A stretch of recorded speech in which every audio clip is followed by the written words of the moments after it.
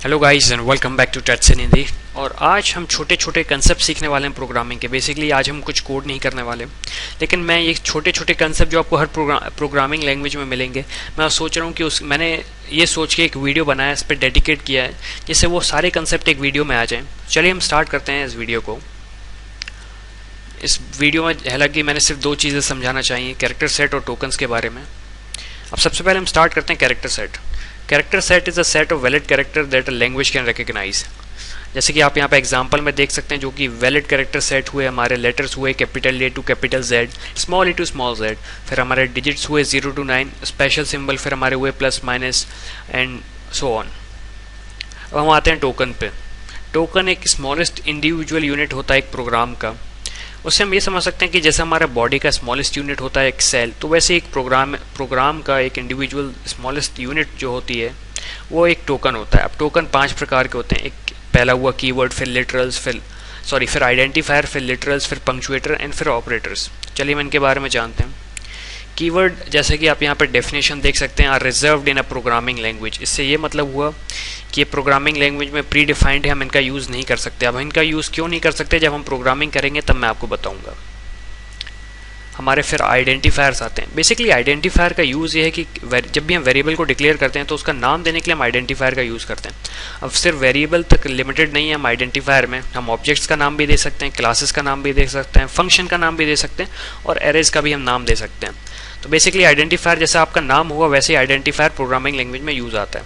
तो इसको कुछ तरीके होते हैं इसको लिखने के। जैसे सबसे पहले मैंने यहाँ वैलिड आइडेंटिफायर लिख के दिया है, तो आप देख सकते हैं इसमें जैसे कि माई फाइल हुआ, तो उसका सबसे पहला रूल ये है कि स्टार्ट वो या तो स्टार्ट होना चाहिए वो एक अल्फ़ाबेट के साथ, जैसे कि यहाँ माई एंड डी से स्टार्ट हुआ, या फिर वो एक स्पेशल सिंबल, सिर्फ एक स्पेशल सिंबल से आ सकता है जो कि अंडरस्कोर हुआ। फिर जो इनवैलिड आइडेंटिफायर्स हैं वो हमारे हुए या तो उसमें स्पेशल सिंबल अंडरस्कोर के अलावा भी आए, जैसे कि पहले एग्जांपल में दिया डेटा -REC, या फिर वो एक नंबर के साथ स्टार्ट हो, जैसे कि सेकंड एग्जांपल 29CL, या फिर ये जैसे कि मैंने बताया कि अगर वो अंडरस्कोर की जगह कोई और स्पेशल सिंबल यूज़ करता है तो वो इनवैलिड होता है, जैसे कि यहाँ पे लिखा है my.file। तो ये हुआ हमारा आइडेंटिफायर। अब हमारे लिटरल्स आते हैं। बेसिकली ये कांस्टेंट रहते हैं प्रोग्राम के रन में, मतलब हमारा प्रोग्राम जब तक रन हो रहा है इनकी वैल्यूज़ कभी भी चेंज नहीं होने वाली। तो ये भी बहुत प्रकार के होते हैं। सबसे पहला हुआ हमारा इंटीजर कांस्टेंट, जो कि नॉन फ्रैक्शनल पार्ट होता है, जिसका मतलब जैसे 7, 8 या 9। फिर कैरेक्टर कांस्टेंट, एक सिंगल कैरेक्टर जैसे कि C या D, इसको हम एनक्लोज करते हैं सिंगल इन्वर्टेड कॉमा में। फिर हमारे रियल कांस्टेंट हुए 7.0 या फिर 17.5 या फिर -13.05 या फिर -0. so on। तो बेसिकली इसमें फ्रैक्शन पार्ट होता है और इसमें साइन भी होता है, जैसे कि यहाँ पे माइनस लिखा है, प्लस की हमें ज़रूरत नहीं पड़ती। फिर हमारे वो string constant. String constant basically हमारे कलेक्शन ऑफ कैरेक्टर कांस्टेंट होते हैं। कैरेक्टर्स में हमारे पास सिर्फ एक सिंगल कैरेक्टर होता है, लेकिन स्ट्रिंग में मोर देन 1 कैरेक्टर होता है, और इसको हम एनक्लोज करते हैं डबल इन्वर्टेड कॉमास में। अब हमारे आते हैं पंक्चुएटर्स। बेसिकली पंक्चुएटर जैसे कि हमारे इंग्लिश लैंग्वेज में पंक्चुएशन मार्क्स का यूज़ होता है, वैसे ही पंक्चुएटर्स हमारी प्रोग्रामिंग लैंग्वेज में काम में आते हैं। तो जब हम प्रोग्रामिंग अच्छे से करेंगे तो इनके बारे में और अच्छे से जानेंगे। बेसिकली आप इनके नाम याद कर लीजिए, जैसे कि हमारा ब्रैकेट्स हुआ, जिसे हम स्क्वायर ब्रैकेट भी बोलते हैं, फिर पैरेंथेसिस हुए, फिर ब्रेसेस हुए, फिर कॉमा हुआ, सेमीकोलन हुआ, कोलन हुआ, या फिर एस्ट्रिक हुआ। बेसिकली इसे हम मल्टीप्लिकेशन भी कहते हैं। फिर हमारा आखिरी आता है ऑपरेटर्स। बेसिकली ऑपरेटर से आप ये समझ सकते हैं कि जैसे भी आपने जब भी आपने मैथ्स करी होगी तो उसमें आपने प्लस माइनस साइन के बारे में सीखा होगा। तो जैसे कि एग्जाम्पल में मैंने लिखा है A + B, तो आप इससे ये समझ सकते हैं कि A और B को हम प्लस कर रहे हैं। तो ऑपरेटर का यूज़ भी ये है, जब भी वो आता है तो जिस भी ऑपरेंड्स के साथ आता है वो, जैसे कि यहाँ पे मैंने डेफिनेशन लिखी, do some computation when applied to variable.